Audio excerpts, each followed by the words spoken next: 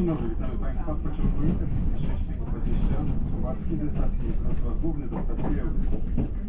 Informujemy, że zbliżamy się do stacji Wrocław Mikołajów. Szanowni Państwo, zapraszamy do skorzystania z oferty gastronomicznej warty w wagonie barowym numer 3.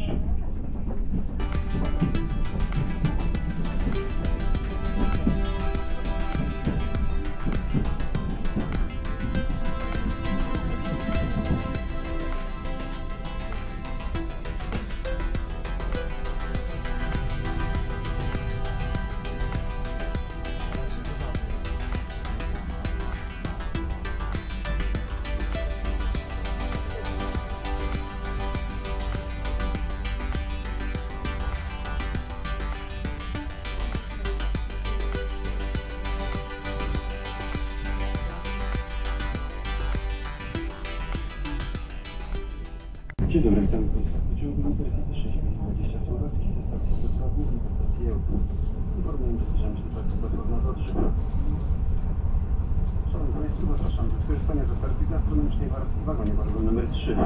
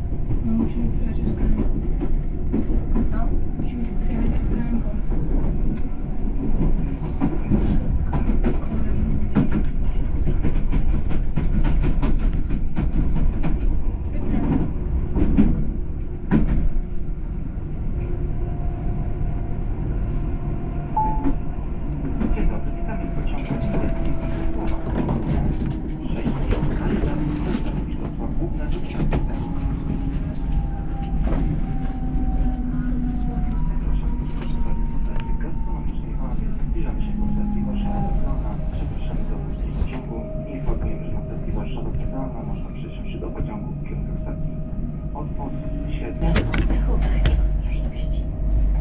Dziękujemy za podróż z PKP Intercity. Życzymy udanego pobytu. Do zobaczenia.